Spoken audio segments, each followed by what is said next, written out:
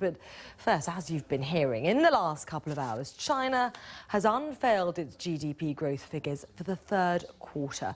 The world's #2 economy grew at a rate of 7.8% between July and September. It's a slight improvement on the previous quarter and the best figures so far this year. It's down to improving demand for China's goods around the world and at home, which have boosted factory production and retail sales.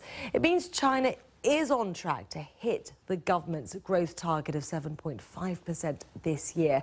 Now, that might sound good compared with most major economies, but for China, it's the weakest growth since 1999.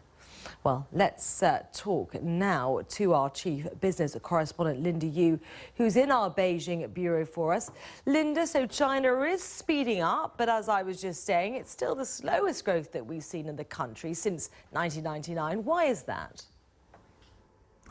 Alice, it's because the Chinese government is trying to orchestrate a slowdown. They actually don't want to grow at nearly 10% any longer, because by doing that, even as of 3 years ago, they were pushing up the amount of debt in the economy. So the 7.5% growth target is a deliberate attempt to try and slow down the economy. And there are some positive signs behind the figures today, which suggest the Chinese economy may indeed be rebalancing. For instance, retail sales up over 13%, faster than industrial production, which is up some 10% year on year. So that means service is growing faster than manufacturing. That's one of the rebalancing. The other rebalancing is that in September, for instance, exports fell and imports rose. So there's a sense of moving towards domestic demand and relying a little bit less on the struggling US and Europe. But of course, anytime a government tells you they're trying to slow things down, you always have to wonder, how successful will that be? And I think that is still the lingering question, even if China does manage to hit the growth figure for the entire year. Indeed. And the other question is over the figures themselves, isn't it, Linda? How reliable are they? One of the things about Chinese figures is that it's very rare, bar a crisis like the Asian financial crisis, where an official target is actually missed. Now, there's probably two sources of bias to think about. One is local governments, a few of them have made up figures. That's become quite well known now in China.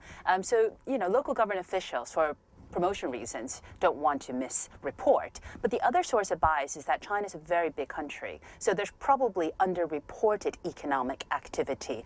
All of that means that the uncertainty around figures often makes people wonder whether or not 7.8 versus, say, 7.7 at the start of the year makes any concrete difference, when real indicators perhaps are things to look at instead, could give you a firmer picture of what the economy is actually doing. The famous Li Keqiang index, named after the Chinese premier, for instance, looks at electricity usage, cargo freight volumes, and bank lending, and that gives you a sense as to how not just the Chinese, but actually Western banks are seeking other sources to corroborate an official GDP figure.